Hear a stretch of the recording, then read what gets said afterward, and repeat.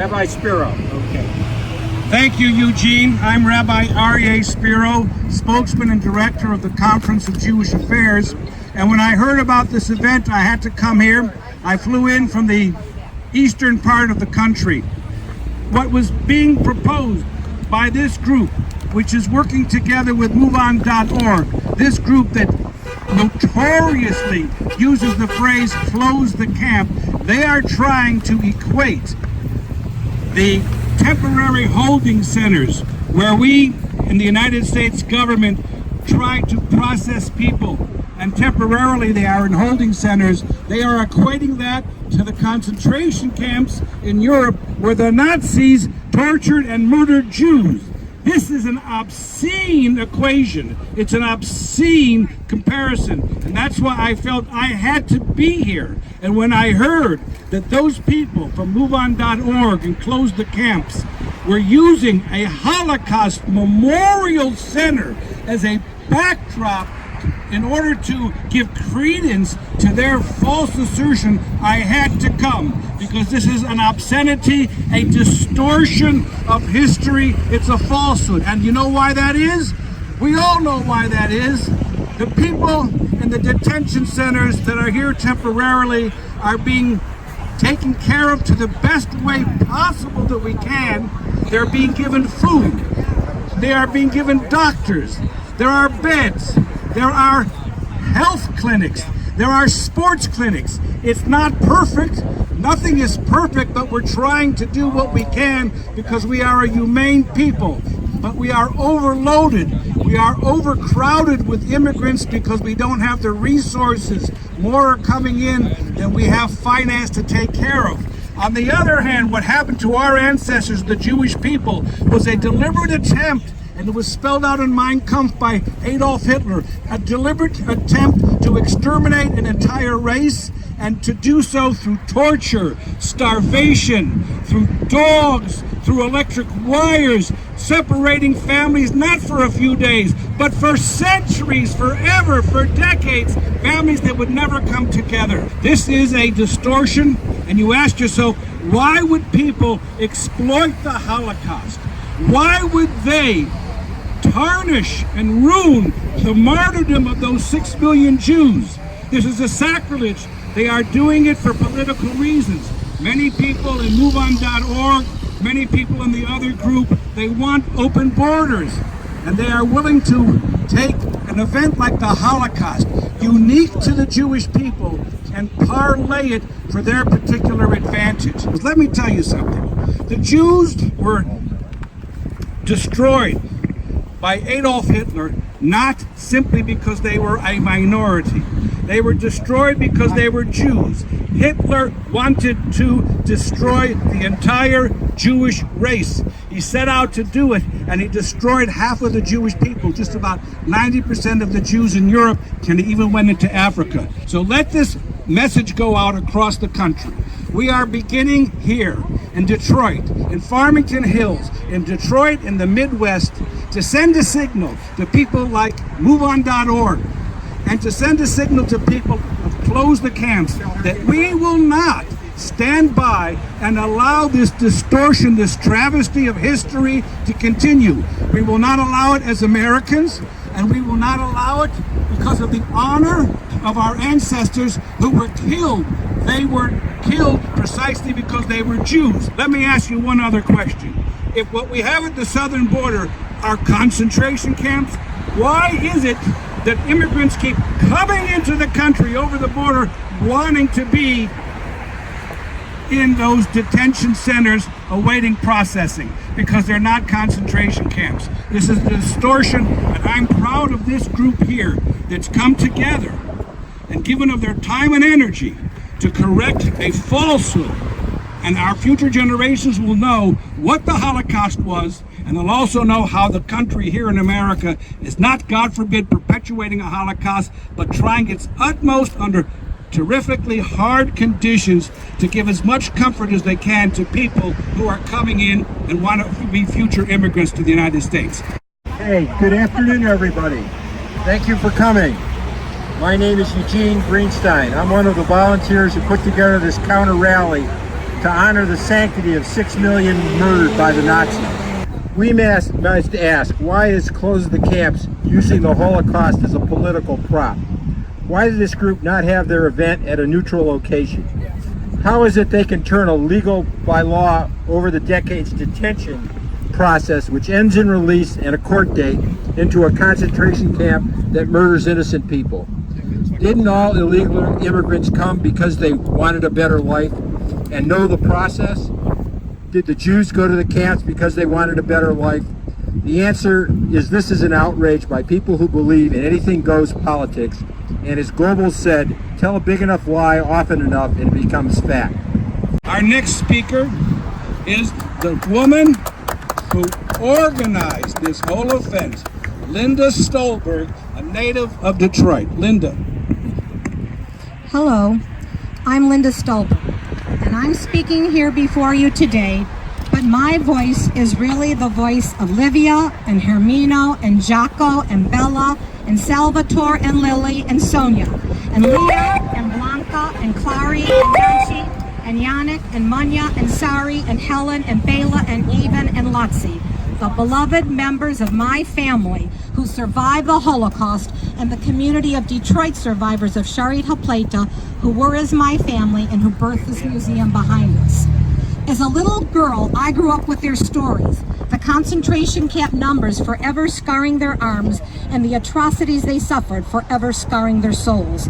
But somehow, miraculously, these beautiful people clung ferociously to life and built new lives literally from the ashes. They were my heroes, and sadly, they've all passed. But their memories and their echoes of their voices compel me to speak today on their behalf.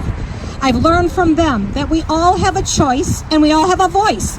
And I will not be silent in the face of hateful, dangerous Holocaust revisionism that minimizes and trivializes the Holocaust to advance a twisted political narrative that desecrates the memory of 6 million Jews and 5 million non-Jews slaughtered in the Holocaust. And yes, I do feel for these immigrant families, but don't you dare compare their conditions to the concentration camps. You want to talk about showers?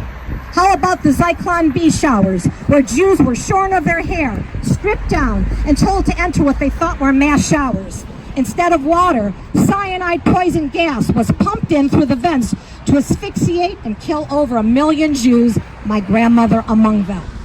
That the immigrants lack for toothbrushes is an unfortunate but easily remedied deficiency. Any dentist in our area or any religious institution can, for a rather inexpensive sum, procure and ship toothbrushes and toothpaste kits to the detention centers. But don't compare the lack of toothbrushes to the removal of gold teeth and fillings from concentration victims. And while it is indeed regrettable that there has been a shortage of beds in the detention centers, don't you dare compare that to the concentration camps. Have you seen the rickety grim barracks where the concentration camp inmates lived? No bathrooms, no heat. Huddled together to generate a little body warmth, freezing in threadbare clothing in the dead of winter. Talk about privation. My beloved father of blessed memory subsisted on a starvation ration of 200 to 300 calories a day, hauling huge granite blocks weighing up to 75 pounds up and down the notorious staircase of death, the 180 steps of Mauthausen. He survived a death march. Nearly half of the 200,000 prisoners at Mauthausen died or were killed. Against all odds, my father made it to this country with barely the skin on his back, weighing less than 100 pounds at war's end. And talk about places to rest. A floor may be hard and uncomfortable, but it can't be compared to the resting places, the ditches and the mass graves of more than 1 million Jewish Holocaust victims shot by the Einsatzgruppe, the infamous firing squads. In closing, I turn to the joint statement of the Holocaust Centers of New York, Los Angeles, Dallas, Chicago, and this Detroit Museum, condemning the appropriation and politicization of the Holocaust, prompted first by the remarks of Congresswoman AOC. And I quote, while we are concerned for the plight of these immigrants, particularly children, and the deplorable conditions of the centers in which they are being detained, allusions to the Holocaust are completely inappropriate and offensive. The Nazi regime targeted Europe's Jews for murder. It created a vast forced labor camp system to exploit Jewish labor before murdering them. Ocasio-Cortez's inaccurate reference diminishes the inexpressible horror suffered at the hands of Adolf Hitler, the Nazi regime, and collaborators, and wrongly equates current use of immigration policy with the systematic murder of 6 million Jews and the persecution of millions of others. We stress that the Holocaust is the paradigm of state-sponsored genocide in the modern era and should never be used for political gain or leverage. And they end their statement saying, "This must stop." Let us hope and pray that our presence here and our collective outcry ensures that it will. Now, to just end this particular segment is Esther Lippmann. Good afternoon. My name is Esther Lippmann. I'm a survivor of Nazi oppression, an immigrant who became a naturalized American citizen, and a former docent for the Holocaust Memorial Center. My parents and I, thankfully, survived those years of abuse and terror, and in the case of my father, a Soviet labor camp in Siberia. Most of my relatives were not so fortunate. They died either by suicide or at Auschwitz. Let me share with you what the immigration process was like in those days. First, my parents had to register with the American Embassy in Berlin and fill out numerous forms that would identify them as legitimate victims of Nazi oppression. They had to prove that they were productive adults, capable of supporting themselves and their child through meaningful work. When their applications were finally accepted, we had to undergo thorough medical exams and be vaccinated against a variety of diseases. This was to make sure that we were healthy and would not bring communicable illnesses to America. Finally, we were obliged to find a sponsor to help us assimilate into the American economy and society. A sponsor could be a relative, a concerned individual or family, or an organization, religious or secular. Our sponsor was HIAS, the Hebrew Immigrant Aid Society. Only after all three requirements were fully met were we allowed to board the ship that brought us to America. But even with a sponsor, we had to hit the ground running. There was no welfare at that time, no government subsidies, no free housing or free health care. Most immigrants, like my parents, found jobs on their own, and citizenship was granted only after 5 years of proving that you could support yourself and not be a burden on hardworking Americans. Never did I learn about a concentration camp that served its inhabitants 3 nutritious meals a day and provided medical care. On the contrary, prisoners who did hard labor were fed at subsistence level. Others were murdered immediately or starved to death. As for medical care, it was provided by perverts, such as the infamous Dr. Mengele, who performed experiments on his hapless victims with no anesthesia to combat the pain. Nor did I ever hear of a concentration camp that let its inmates leave in order to make a better life for themselves in the country of their choice, and that would temporarily provide all the necessities of life, and then some, to guarantee a good start. The purpose of Hitler's concentration camps was genocide, and the death of anyone who dared to speak out against his evil regime. The purpose of American detention centers is to distinguish legitimate asylum seekers from those who would exploit American generosity, or even worse, do us harm. There is absolutely no comparison. Shame on those who make such false and irresponsible claims, for whatever reason.